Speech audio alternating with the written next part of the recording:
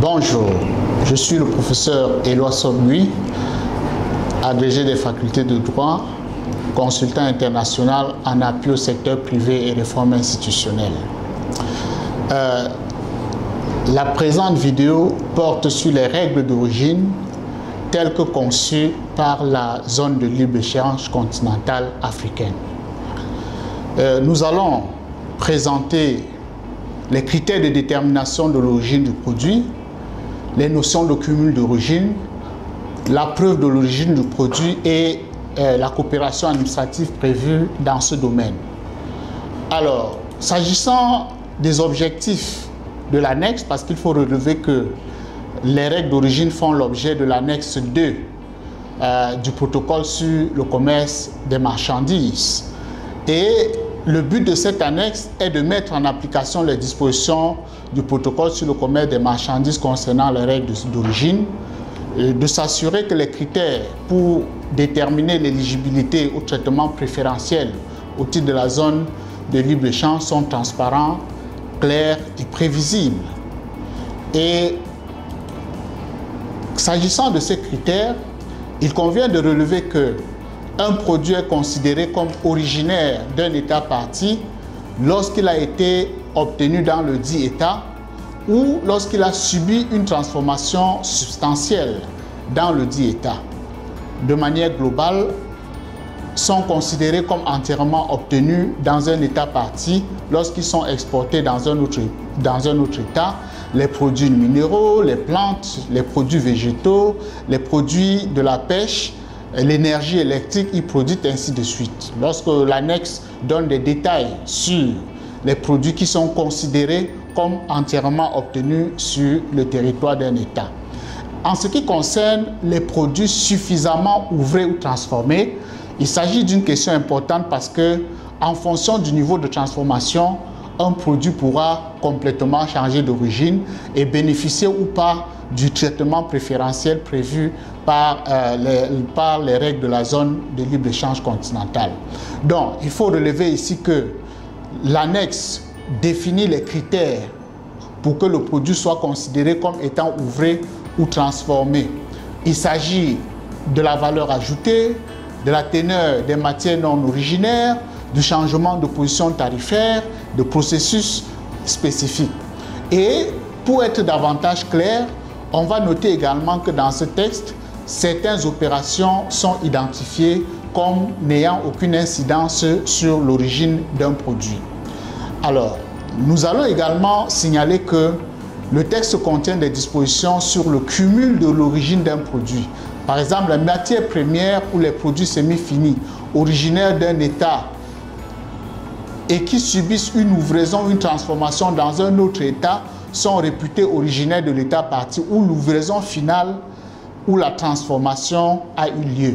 Il s'agit de questions techniques et qui peuvent structurer même le développement industriel de l'Afrique parce que en fonction du déploiement stratégique des entreprises, on pourra par exemple constater que certains produits sont davantage issus d'une région alors qu'il ne s'agit précisément pas de leur lieu de production, mais tout simplement des lieux d'ouvraison.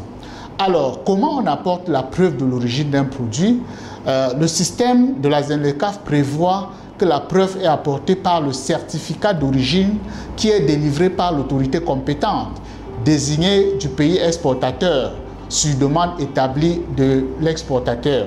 Et il est normalement délivré a priori, c'est-à-dire avant l'exportation des produits, mais à titre exceptionnel, il peut aussi être délivré a posteriori.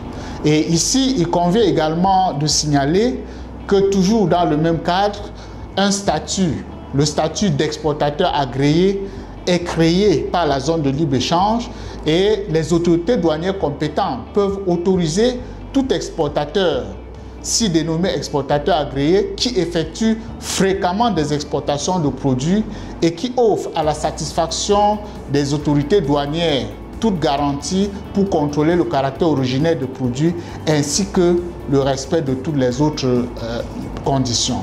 Donc la preuve de l'origine a une validité de 12 mois suivant la date de la délivrance de l'État exportateur et doit être présenté aux autorités douanières de l'État partie importateur pendant la dite période. Alors, lorsque un exportateur a la preuve de l'origine, il doit pouvoir conserver ces documents pour pouvoir les présenter à la demande. Et il faut noter ici qu'il a l'obligation de conserver ce document ainsi que tous les documents justificatifs, toutes les pièces justificatives pendant au moins 5 ans à compter de la date à laquelle il a rempli sa demande. Donc, les preuves de l'origine sont vérifiées a posteriori de façon aléatoire ou en fonction de l'analyse du risque ou dans les cas où les autorités douanières, parties importateurs, auront des doutes raisonnables sur l'authenticité du produit. Alors, la vérification est effectuée par les autorités douanières, exportateurs et les résultats de cette vérification sont communiqués à l'autorité ou à l'État partie qui sollicite la vérification dès que possible et en tout état de cause dans les 6 mois au plus tard. Alors, s'agissant de la coopération, il faut noter que les États parties ont l'obligation de coopérer par l'intermédiaire de leurs autorités compétentes désignées et de s'entraider dans la vérification de l'origine des produits sur lesquels un certificat d'origine est basé.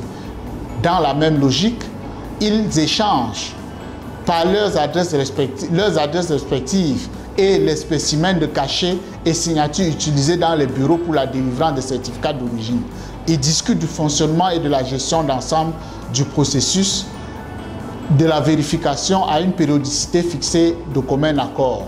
Donc, les États parties doivent également s'entraider pour vérifier l'authenticité du certificat d'origine, les déclarations d'origine ou les déclarations du fournisseur et l'exactitude des renseignements fournis dans ces documents. Il convient de noter que l'annexe sur les règles d'origine est accompagnée des appendices. Les appendices sont également des documents qui contiennent des modèles de certificats d'origine avec toutes les mentions qui doivent y figurer. Telle est l'économie de l'annexe sur les règles d'origine.